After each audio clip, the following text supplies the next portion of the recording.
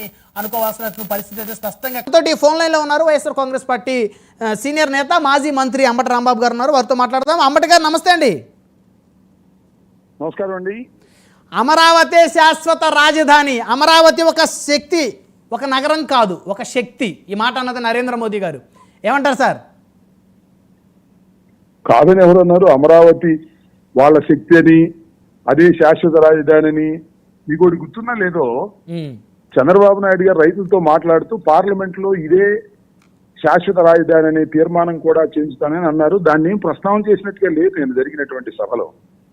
ఇంకోటి ఏంటంటే, అమరావతి ఒక శక్తి, అమరావతి ఒక రాజధాని, Amaravati is a world class ఒక క్యాపిటల్, ఇవన్నీ మాటలతో అవేవి కావు. ఇవి అమరావతిని ఇవాళ 1,00,000 కోట్లతో అభివృద్ధి చేస్తే తప్ప అది ఒక పట్టణంగా తయారు కాదు అని చెప్పింది సాక్షాత్తు చంద్రబాబు నాయుడు గారు. 1,00,000 కోట్లు ఎక్కడి నుంచి తీసుకొస్తారు, ఎలా పెడతారు అనేది ఇక్కడ ప్రశ్న. 1,00,000 కోట్లు ఎక్కడి నుంచి తీసుకొస్తారంటే అప్పు తీసుకొచ్చి చేస్తారు. ఇదే కదా, ఇది గతంలో కూడా చెప్పింది ఇదే కదా.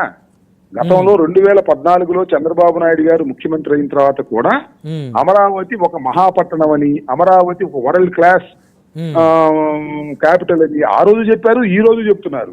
మరి 5 సంవత్సరాల పాటు ఆయన వరల్డ్ క్లాస్ క్యాపిటల్ ఏ విధంగా తయారు చేశాడో మనం చూసాం. అన్ని తాత్కాలికం తప్ప ఏది శాశ్వతమైనది ఇంతవరకు లేదు. మళ్ళా మొదటికి వచ్చిన వ్యవహారం, మళ్ళా అదే మాటలు. పోయినసారి 2014-19లో ఏ మాటలు అయితే చెప్తున్నారో అదే మాటలు చెప్తున్నారు. అభ్యంతరం లేదు బ్రహ్మనాయుడు గారు. ఇప్పుడు వరల్డ్ క్లాస్ గారు వారు తయారు చేయడానికి పవన్ కళ్యాణ్ గారు అన్నారు, గత ప్రభుత్వం అమరావతి భవిష్యత్తుని తుడిచిపెట్టేసింది అన్నారు. ఏమండి, పవన్ కళ్యాణ్ గారి మాటలకు ఏం సమాధానం చెప్తాం? పవన్ కళ్యాణ్ గారు ఏమన్నారు? నా దృష్టిలో ఇప్పటికీ కర్నూలు వెళ్ళి కర్నూలే నా దృష్టిలో రాజధాని అని కూడా చెప్పారు.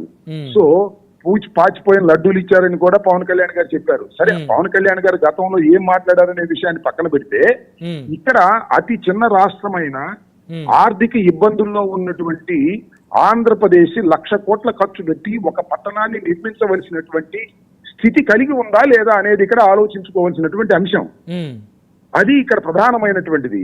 చంద్రబాబు నాయుడు గారు ఏమన్నాడు? ఇది సెల్ఫ్ సఫిషియెంట్ టౌన్ అన్నారు. తానే సంపాదించుకుంటుంది అన్నారు. మరి 52,000 కోట్లు ఎందుకు అప్పు తీసుకొస్తున్నారు?